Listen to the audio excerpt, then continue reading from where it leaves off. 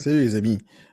En pleine session de prospection téléphonique, une négociatrice est tombée sur un numéro de téléphone euh, et donc euh, elle a appelé le vendeur potentiel. Et la messagerie du vendeur potentiel veut tout dire en termes de prospection téléphonique. Et donc je vais numéroter là maintenant ce téléphone portable et je vais vous faire écouter la messagerie et après on en discute. Donc là je vais mettre sur haut-parleur iPhone. Voyons voir. Bonjour, ce numéro de téléphone est exclusivement dédié à la vente de l'appartement de 200 mètres carrés au sixième étage. Le prix, avec option rafraîchissement à votre goût des peintures compris, est de 560 000 euros. Le prix, en l'état, est de 500 000 euros.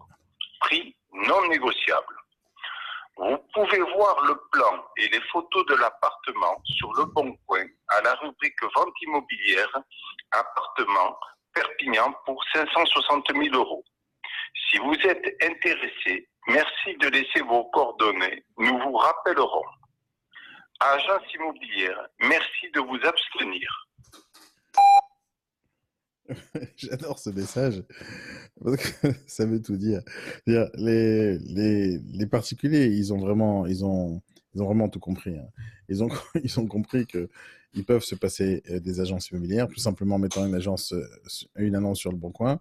Ils ont compris aussi qu'ils peuvent acheter un numéro de téléphone portable euh, chez Free pour 2 euros ou dans n'importe quelle boutique de téléphone pour, euh, pour 20 euros et c'est fini. Vous ne pourrez plus jamais les appeler.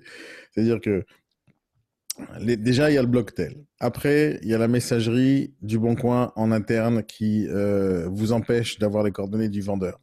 En plus de ça, les gens ils comprennent maintenant qu'ils peuvent prendre un autre numéro de téléphone.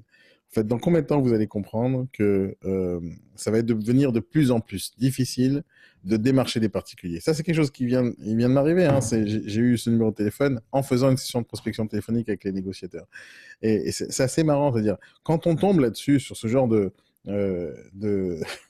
situation, euh, il faut trouver des autres méthodes. Il faut absolument adopter des autres méthodes. Il faut trouver le moyen d'avoir les coordonnées des propriétaires parce que c'est pas parce qu'ils vont trouver des stratagèmes que ça va nous empêcher d'aller les démarcher.